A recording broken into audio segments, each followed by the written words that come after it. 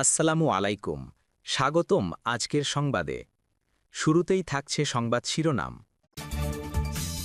ইসরায়েলের বিরুদ্ধে তুরস্কের গুরুতর অভিযোগ। এদিকে হাউস অব লর্ডসে ইউজিসি ও ব্রিটিশ কাউন্সিলের মধ্যে চুক্তি স্বাক্ষর। অপরদিকে চীনের সঙ্গে ট্রাম্পের বন্ধুত্ব, ভারত এখন জটিল অবস্থানে। এবং সবশেষে থাকছে অন্ধ্রপ্রদেশে মন্দিরে পদদলিত হয়ে নিহত 12। শুনছিলেন সংবাদ শিরোনাম, এখন বিস্তারিত। তার আগে ছোট্ট একটি আবেদন, যদি আপনি ন্যায় ও মানবতার পক্ষে থাকেন লাইক দিন। গাজার শিশুদের ভালোবাসা দেখাতে চাইলে কমেন্টসে লিখে জানান গাজায় শান্তি চাই। আর সাবস্ক্রাইব করুন আমার চ্যানেলটি, কারণ আমরা বলি সেই কথা যা অনেক মিডিয়া আড়াল করে। এখন চলুন বিস্তারিত দেখা যাক।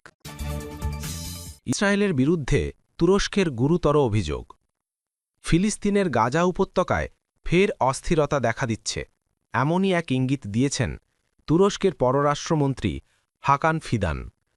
তিনি বলেন, কিছু ইসরায়েলি নেতা নাকি যুদ্ধবিরতির আড়ালে নতুন সহিংসতার মঞ্চ প্রস্তুত করছেন। আনকারায় এস্তোনিয়ার পররাষ্ট্রমন্ত্রী মার্গুস শাখনার সঙ্গে যৌথ সংবাদ সম্মেলনে ফিদান বলেন, সারা বিশ্বের সামনে যে অন্যায় চলছে সেটি রুখতে আন্তর্জাতিক সম্প্রদায়ের এখনই কড়া পদক্ষেপ নেওয়া উচিত।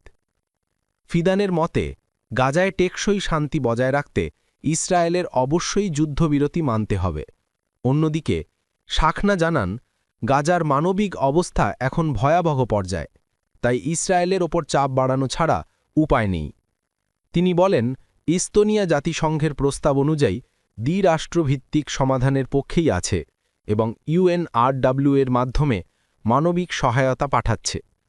সবশেষে ফিদান সরাসরি অভিযোগ করেন, ইসরায়েলি প্রধানমন্ত্রী বেনিয়ামিন নেতানিয়াহু যুদ্ধবিরতি ভেঙে গাজায় গণহত্যা ফের শুরু করতে অজুহাত খুঁজছেন। তার ভাষায়, তুরস্ক এই মুহূর্তে যুদ্ধবিরতি টিকিয়ে রাখতে এবং মানবিক সহায়তা অব্যাহত রাখতে সর্বোচ্চ প্রচেষ্টা চালাচ্ছে। এদিকে হাউস অফ লর্ডসে ইউজিসি ও ব্রিটিশ কাউন্সিলের মধ্যে চুক্তি স্বাক্ষরিত। বাংলাদেশের উচ্চশিক্ষা খাতে নেতৃত্ব, শিক্ষকদের দক্ষতা ও প্রাতিষ্ঠানিক সক্ষমতা বৃদ্ধিতে বাংলাদেশ বিশ্ববিদ্যালয় মঞ্জুরি কমিশন কর্তৃক বাস্তবায়নাধীন higher education acceleration and transformation বা হিট প্রকল্প ও ব্রিটিশ কাউন্সিলের মধ্যে অংশীদারিত্ব চুক্তি স্বাক্ষরিত হয়েছে। বাংলাদেশে যুক্তরাজ্য সরকারের বাণিজ্য দূত ব্যারোনেস রোজি উইন্টারটনের উদ্যোগে যুক্তরাজ্যের হাউস অব লর্ডসে সম্প্রতি এই চুক্তি স্বাক্ষরিত হয়। চুক্তিতে স্বাক্ষর করেন ব্রিটিশ কাউন্সিল বাংলাদেশের কান্ট্রি ডিরেক্টর স্টিফেন ফোর্বস এবং হিট প্রকল্পের পরিচালক প্রফেসর ড আসাদুজ্জামান। এই অংশীদারিত্ব চুক্তির আওতায় ব্রিটিশ কাউন্সিল এবং যুক্তরাজ্যের সহযোগী প্রতিষ্ঠান অ্যাডভান্স হায়ার এডুকেশন বাংলাদেশের শিক্ষকদের দক্ষতা উন্নয়ন, একাডেমিক নেতৃত্ব ও প্রাতিষ্ঠানিক সক্ষমতা উন্নয়নে হিট প্রকল্পকে সহায়তা করবে। এই সহযোগিতা বাংলাদেশ সরকারের উচ্চশিক্ষা খাতের বৈশ্বিক মানের সঙ্গে সংযোগ বাড়াতে এবং একটি টেকসই পেশাগত উন্নয়ন কাঠামো প্রতিষ্ঠায় সহায়ক হবে। অনুষ্ঠানে উপস্থিত ছিলেন ব্রিটিশ কাউন্সিলের ভাইস চেয়ার ও হাউস অব লর্ডসের সদস্য ব্যারোনেস উইন্ডি আলেকজান্ডার, ইউজিসির চেয়ারম্যান প্রফেসর ড SM ফায়েজ। চুক্তি স্বাক্ষর অনুষ্ঠানে ইউজিসি সদস্য প্রফেসর ড মোহাম্মদ তানজিমুদ্দিন খান, প্রফেসর ড মাসুমা হাবিব, ঢাকা বিশ্ববিদ্যালয়ের উপাচার্য প্রফেসর ড নিয়াজ আহমেদ খান, বুয়েটের উপাচার্য প্রফেসর ড বোরহান মোহাম্মদ বদরুজ্জামান, নর্থ সাউথ বিশ্ববিদ্যালয়ের উপাচার্য প্রফেসর ড হান্নান চৌধুরী এবং ব্র্যাক বিশ্ববিদ্যালয়ের রেজিস্ট্রার ড ডেভিড ডাউল্যান্ড, বিশ্বব্যাংকের task team leader TM Asaduzzaman, যুক্তরাজ্যে বাংলাদেশের হাই কমিশনার আবিদা ইসলাম, ব্রিটিশ কাউন্সিল বাংলাদেশের শিক্ষা প্রধান তৌফিক হাসান এবং হিটের উপপ্রকল্প পরিচালক মোহাম্মদ খোরশেদ আলম উপস্থিত ছিলেন।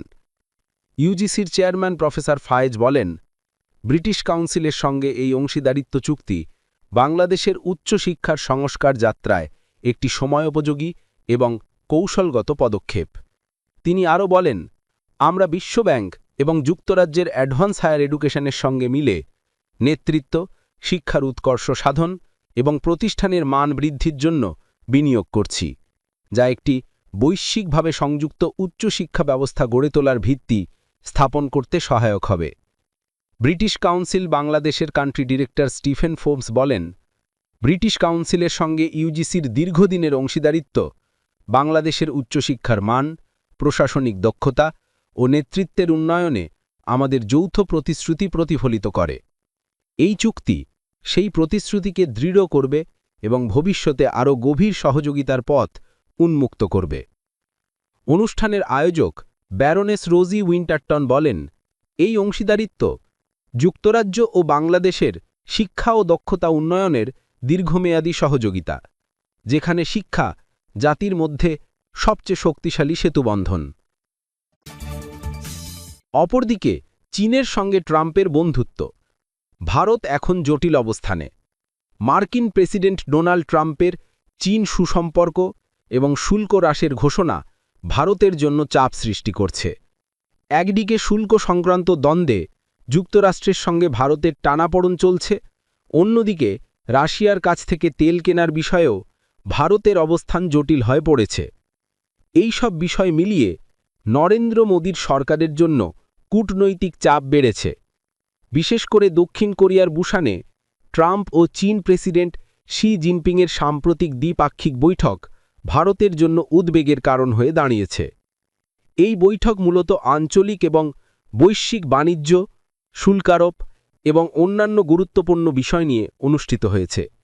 তবে এই সফরটি দ্বিতীয় মেয়াদে ট্রাম্পের প্রেসিডেন্ট হওয়ার পর চীনের রাষ্ট্রধ্বজের সঙ্গে প্রথম সামনাসামনি বৈঠক হিসেবে গুরুত্ব পাচ্ছে। ট্রাম্প এই বৈঠকের মাধ্যমে চীনের ওপর সর্বোচ্চ শুল্ক আরোপের বিষয় এবং ক্রমবর্ধমান বাণিজ্য বিরোধ নিয়ে আলোচনা করেছেন। ট্রাম্পের এশিয়া সফর শুরু হয় মালয়েশিয়ায় দক্ষিণ পূর্ব এশীয় আঞ্চলিক জোট আসিয়ান শীর্ষ সম্মেলন থেকে। এরপর তিনি জাপান ও দক্ষিণ কোরিয়া সফর করেন। দক্ষিণ কোরিয়ায় তার সফরের মধ্যে দিয়ে এই সপ্তাহের এশিয়া সফর শেষ হয়েছে। কূটনৈতিক মহল মনে করছে, ট্রাম্পের চীন সুসম্পর্ক ভারতের কূটনৈতিক অবস্থানকে জটিল করেছে এবং আগামী দিনে দিল্লির জন্য চ্যালেঞ্জ তৈরি করবে। এবং সবশেষে থাকছে অন্ধ্রপ্রদেশে মন্দিরে পদপিষ্ট হয়ে নিহত 12 জন। অন্ধ্রপ্রদেশের শ্রীকাকুলামে শনিবার সকালে একটা নবনির্মিত মন্দিরে পদপিষ্ট হয়ে কমপক্ষে 12 জন ভক্ত নিহত হয়েছেন। এর বেশিরভাগই নারী ও শিশু। একাদশীর শুভ দিনে কাশীবুগ্গার শ্রী ভেঙ্কটেশ্বর স্বামী মন্দিরে বিপুল ভিড়ের সময় এই দুর্ঘটনা ঘটেছে। এতে বহু মানুষ আহত হয়েছেন। এই খবর দিয়েছে অনলাইন এনডিটিভি। মন্দিরের ভয়ঙ্কর ভিডিওতে দেখা যায় প্রচণ্ড ভিড়ের মধ্যে শত শত নারী পূজার ঝুড়ি হাতে সিঁড়িতে হুড়োহুড়ি করছেন নিজেদের প্রাণ বাঁচাতে। পরে মন্দিরের চত্বরে ছড়িয়ে ছিটিয়ে থাকা লাশ দেখা যায়। এক কোণে এক আহত নারীকে কাঁদতে দেখা যায়। অনেকে আহতদের সাহায্যে এগিয়ে আসেন। কেউ কেউ ভিড়ের মধ্যে শ্বাস নিতে না পারা মানুষদের টেনে বের করার চেষ্টা করেন। যেসব নারী চেতনা হারিয়ে ফেলেছিলেন তাদের দ্রুত অ্যাম্বুলেন্সে তোলা হতো এবং চিকিৎসাকর্মীরা তাদের বাঁচানোর চেষ্টা করতেন। পরে পুলিশ ঘটনাস্থলে পৌঁছে পরিস্থিতি নিয়ন্ত্রণে আনে। মিনি তিরুপতি নামে পরিচিত কাশীবুগ্গার মন্দিরটি সরকারের এন্ডাওমেন্টস বিভাগ পরিচালিত নয়। সরকারি সূত্রে জানা গেছে, মন্দির কর্তৃপক্ষ আগে থেকে স্থানীয় প্রশাসনকে জানায়নি যে একাদশীতে এত বড় ভিড় হবে। পদপিষ্টের ঘটনাস্থলে তখনও নির্মাণ কাজ চলছিল। মুখ্যমন্ত্রী চন্দ্রবাবু নাইডু আহতদের যথাযথ চিকিৎসার নির্দেশ দিয়েছেন। তার উপমুখ্যমন্ত্রী পবন কল্যাণ জানিয়েছেন, এই মর্মান্তিক ঘটনার তদন্ত করা হবে।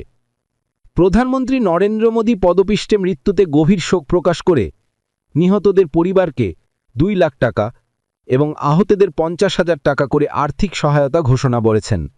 তিনি বলেছেন, অন্ধ্রপ্রদেশের শ্রীকাকুলামে ভেঙ্কটেশ্বর স্বামী মন্দিরে পদপিষ্টের ঘটনায় আমি গভীরভাবে দুঃখিত। যারা প্রিয়জন হারিয়েছেন তাদের প্রতি আমার সমবেদনা। আহতদের দ্রুত সুস্থতা কামনা করছি। অন্ধ্রপ্রদেশের গভর্নর এস আব্দুল নাজিরও শোক প্রকাশ করে জেলা প্রশাসনকে আহতদের উন্নত চিকিৎসা নিশ্চিত করতে নির্দেশ দিয়েছেন।